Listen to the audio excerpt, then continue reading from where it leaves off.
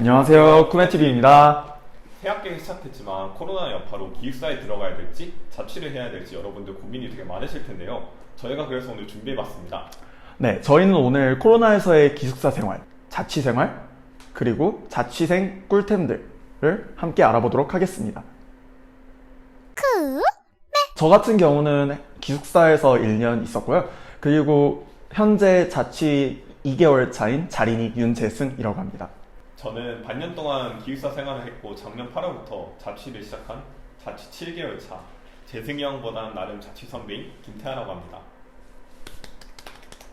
저희가 살았던 행복기숙사 같은 경우는요, 비교적 최근에 지어진 신축 건물이고요. 당구장, 그 다음에 헬스장, 맞아요. 헬스장, 그 다음에 편의점 같이 다양한 편의시설들이 구축되어 있는 재학생들이 가장 많이 살고 있는 그런 기숙사입니다. 나름 경희대 최고의 나름 최고라고 할 수 있죠. 네. 자부심이죠. 네, 뭐 자부심. 있어. 10층에 있어. 안 열었어, 뿐이. 우린 이해 못했지. 안 열었을 뿐. 있긴 해. 우선 저희 행복기숙사의 가장 큰 특징, 통금이 없는 거죠. 맞아요.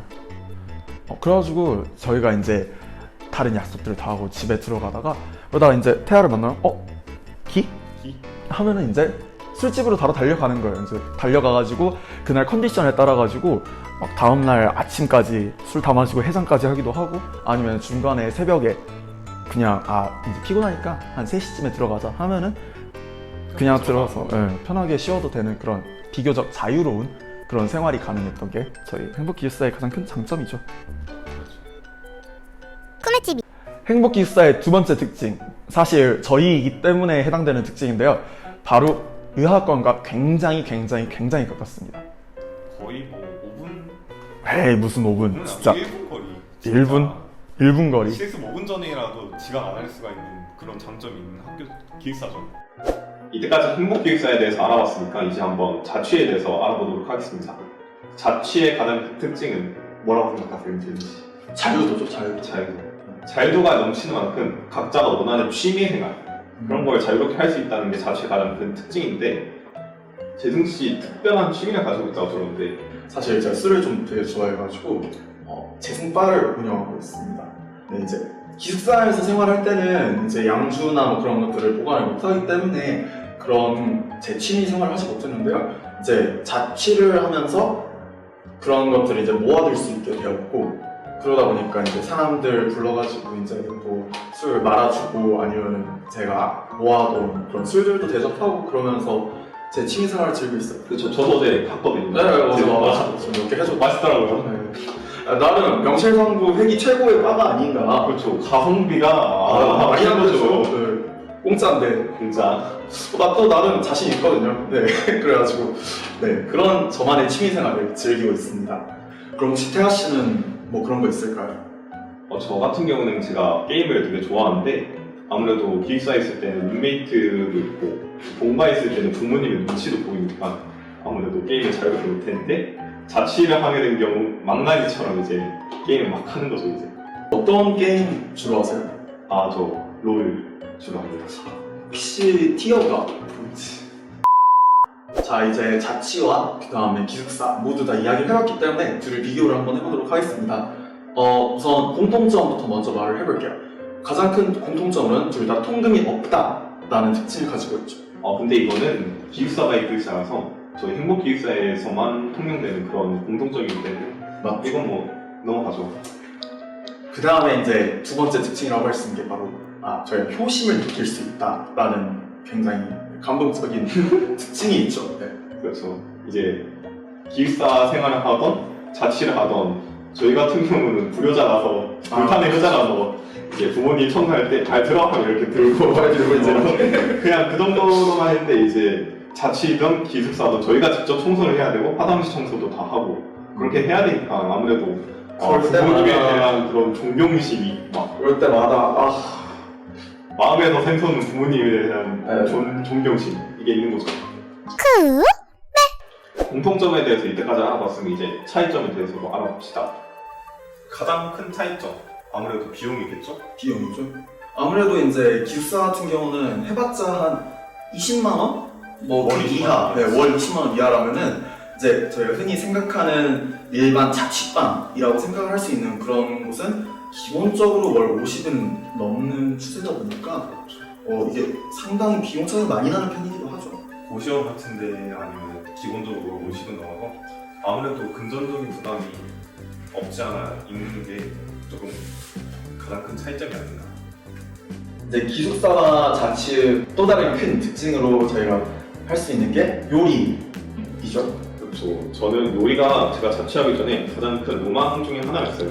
맞아요. 많은 자취를 시작하기 전 사람들이 나는 가서 요리를 해야지 뭐 그런 꿈으로 자취를 시작하는 경우가 되게 많습니다. 왜냐하면은 기숙사에 있을 경우에 음식을 만들어 먹을 수 없기 때문에 밖에 나가서 사 먹거나 아니면 배달 음식을 시켜 먹는 방식으로 삶을 연명을 했어야 됐거든요. 그렇죠. 특히 12시 이후에는 저희 휴게실에 있는 전자레인지도 사용 불가능하기 때문에 뭐 먹으려면 무조건 학교 밖에 있는 편의점에 나가서 라면을 먹는다든지 그렇게 했어야 되기 때문에 상당히 어렵죠. 상당히 불편하죠. 네.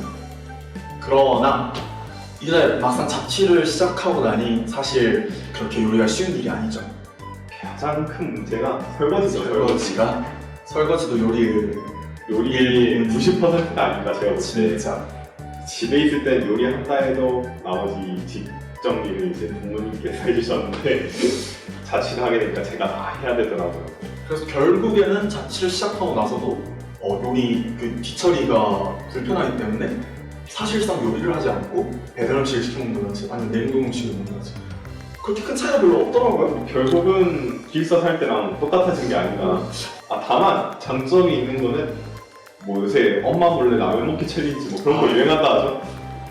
뭐 챌린지 할 게 있나? 진짜 그냥 가가지고 새벽에 끓여가지고 그렇죠. 그냥 뭐 새벽에 라면 끓이면 되는데 새벽에 집 안에서 먹을 수 있다. 그거는 확실히 큰 장점이긴 해요. 세 번째 차이점으로는 룸메이트의 유무가 그 다음에 차이점이죠. 저 같은 경우는 룸메이트랑 그렇게 편한 관계는 아니었어요. 저는 룸메이트가 모르는 분이었고 심지어 저보다 선배이신 분이어서 좀 불편한 감이 없지 않아 있었는데 재승이 형은 좀 다르다고 하더라고요. 저 같은 경우는 실제로 1학기, 2학기 모두 동기와 같이 룸메이트를 했었습니다. 근데 다행히 오늘 제 1학기 룸메이트가 여기에 있네요. 네, 저희 한번 박수 한번 아쉽게도 본인이 절대 나오지 못하겠다고 해가지고 그냥 목소리 출연만 하게 되었습니다. 네, 최준혁 씨, 저와 이제 룸메이트를 약간 반년간 했었잖아요. 혹시 저를 룸메이트로 두면서 굉장히 불편했던 점 혹시 목소리만이라도 말씀해 주실 수 있는지. 재승이 룸메이트요? 네. 근데 일단 재승이랑 룸메이트를 하면 저는 되게 일단 처음에 좋았던 게 이 친구가 저랑 생활 패턴이 전혀 반대예요. 저는 이제 한 11시쯤 들어와서 뭐 1시 그쯤 취침을 하고 한 6시, 7시 그때쯤 이제 일어난다고 생각을 하면 재승이 같은 경우는 6시, 7시쯤에 이제 해장을 하고 기숙사에 들어와서 잠을 자기 때문에 제가 일어나서 나갈 때쯤 재승이가 집에 들어온다. 그래서 이제 2인실이지만 1인식을 각각 쓰는 느낌이다. 라고 해서 굉장히 생활 공간이 쾌적했다. 이런 건 이제 좀 장점이었던 것 같고 아무리 편한 사이라도 룸메이트라는 존재가 있으면은 약간의 그런 충돌하는 부분이 있긴 해요. 근데 저는 이제 개인적으로 룸메이트가 동기이거나 친구이다 하면은 사실 사이에 나빠질 수도 있긴 하지만 뭐 그런 거 말고는 오히려 굉장히 편하게 자유롭게 지낼 수 있기 때문에 나쁘지 않을 수 있다. 오히려 너무 그렇게 불편하지 않기 때문에 동기랑 같이 룸메이트 하는 거 저는 굉장히 추천합니다. 서로 기숙사에 사는 것과 그 다음에 자취를 하는 것 그렇게 두 가지를 비교를 한번 해봤는데요. 이제 마지막으로 자취를 할 때 저희가 꿀템으로 각자 추천하는 것들을 한번 해볼게요. 그럼 혹시 태아 씨는 추천하는 아이템 뭐가 있을까요? 저 같은 경우는 이번 겨울 추웠잖아요. 겨울 나는데 핵심 아이템 전기장판. 이거는 무조건 챙겨야 되는 아이템입니다. 보일러 난방비 절약도 가능하고 이거 있으면은 그냥 충분히 겨울 따뜻하게 잘 따뜻하게 지낼 수 있는 아이템이라고 생각을 해요, 저는. 저 같은 경우는 코스트코에서 샀던 여행용 접이식 책상이 하나가 있는데요. 이제 저 같은 경우는 자취방이 굉장히 좁단 말이에요. 그렇기 때문에 책상을 하나 둘 공간이 없는데 이제 이것은 접이식이기 때문에 공간 활용도가 굉장히 좋아서 그냥 냉장고 위에다가 올려놓기만 하면 돼가지고 공간 활용도 최고라고 저는 진짜 강추드립니다. 자취 꿀템의 그런 필수적인 요소가 공간 활용이 제일 뛰어나야 된다는 점이에요. 자취방이 대체로 크기가 그렇게 크진 않으니까. 굉장히 작죠. 거의 한 5평, 그렇죠. 5평에서 7평 그런 경우가 되게 많기 때문에 그래서 수납 공간을 최대한 활용할 수 있는 그런 물건들이 대부분 이제 꿀템이라고 할 수 있어요. 꿈의TV 저희가 이때까지 기숙사, 자취, 그리고 자취 꿀템들까지 한번 알아봤는데요. 재승 씨 혹시 마지막으로 할 말씀 있으신가요? 저는 자취는 일종의 자유를 돈으로 사는 것이라고 생각을 해요.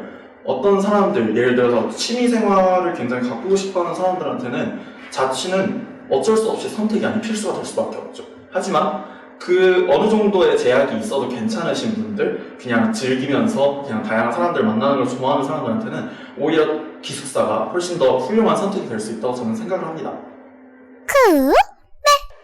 저희 쿠메TV 구독자 여러분들은 꼭 현명한 선택하시고 즐거운 대학생활 잘 보내시길 바랍니다. 이상 쿠메TV였습니다.